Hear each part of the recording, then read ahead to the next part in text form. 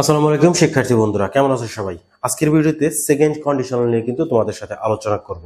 এর আগের ভিডিওতে কিন্তু জিরো কন্ডিশনাল এবং ফার্স্ট কন্ডিশনাল নিয়ে কথা বলছিলাম।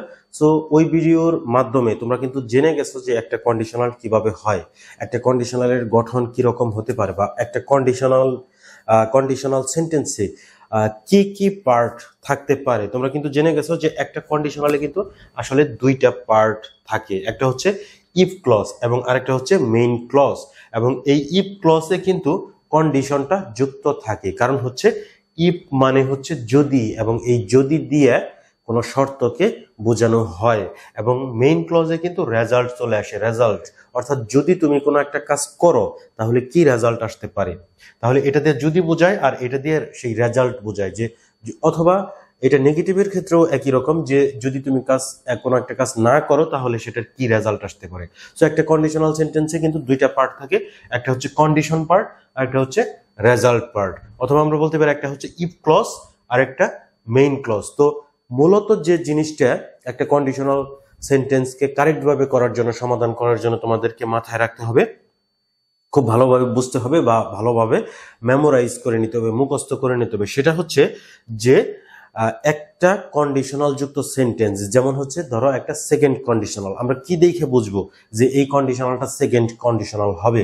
আমরা বুঝবো if plus simple past tense যদি থাকে। আমরা এর আগের ভিডিওতে আমরা দেখছি যে ফার্স্ট কন্ডিশনাল কিভাবে হয়।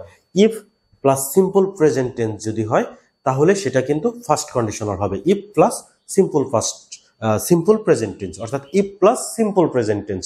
কিন্তু if plus simple past tense যদি থাকে তাহলে কিন্তু সেটা হবে second conditional. If plus simple past tense, এতটুকু দেখে তুমি বুঝতে পারবা যে এটা কোন কন্ডিশনাল। এখন আমরা বুঝলাম যে এটা সেকেন্ড কন্ডিশনাল। কিভাবে বুঝলাম? ইফ এর পরে সিম্পল পাস্ট টেন্স, অন্য কোনো টেন্স থাকলে অন্য কোনো কন্ডিশনাল হয়তো বা হইতো। তো ইফ এর পরে যেহেতু সিম্পল পাস্ট টেন্স, এখন এটা হচ্ছে সেকেন্ড কন্ডিশনাল। এবং সেকেন্ড কন্ডিশনাল তাহলে কিভাবে সমাধান করব?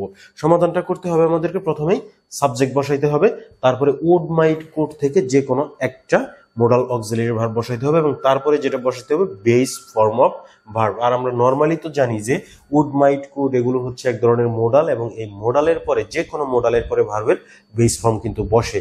তাহলে সেকেন্ড কন্ডিশনালটা কি? ইফ প্লাস সিম্পল পাস্ট দেখে আমরা বুঝবো সেকেন্ড কন্ডিশনাল।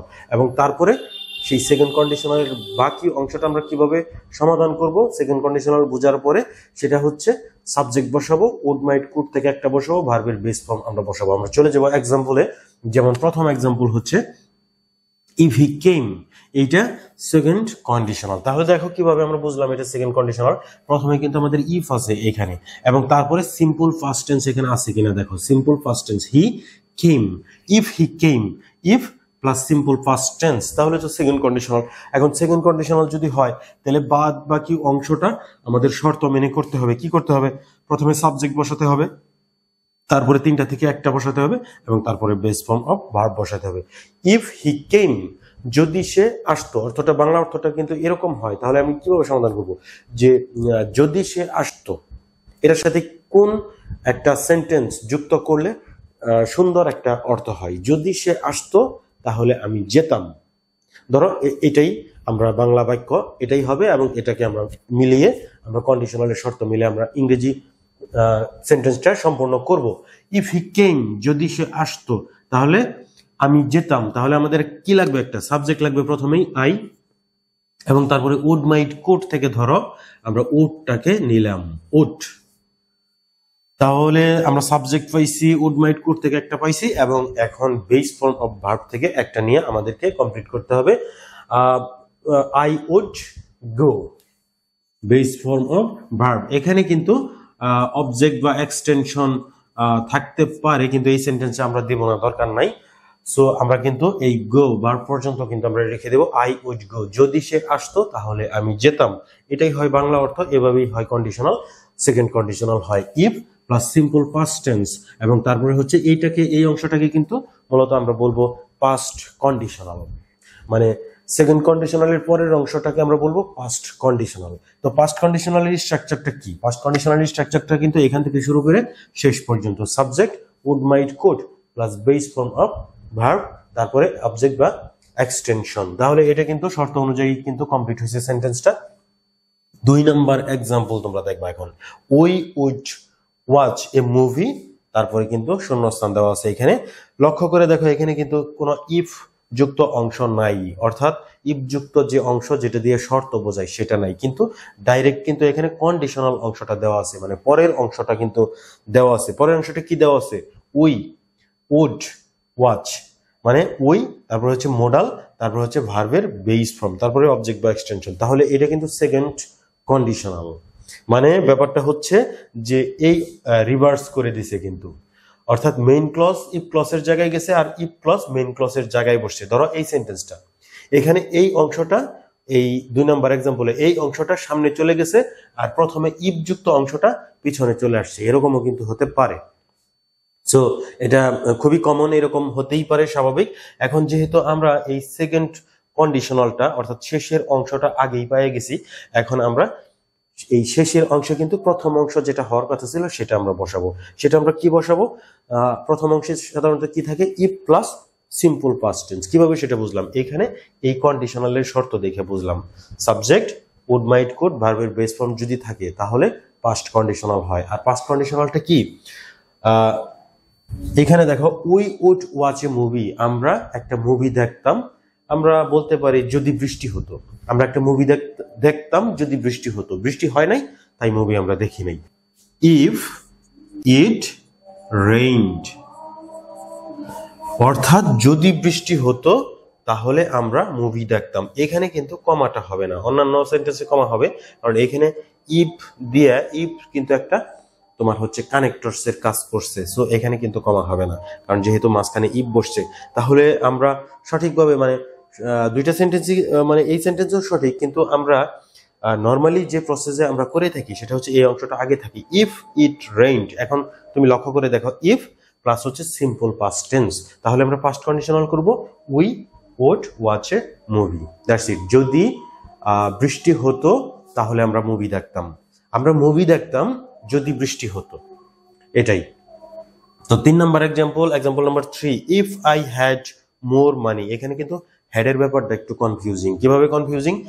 দেখো লক্ষ্য করো যে হ্যাড, কিন্তু হ্যাডের পরে কিন্তু আর কোনো ভার্ব নাই।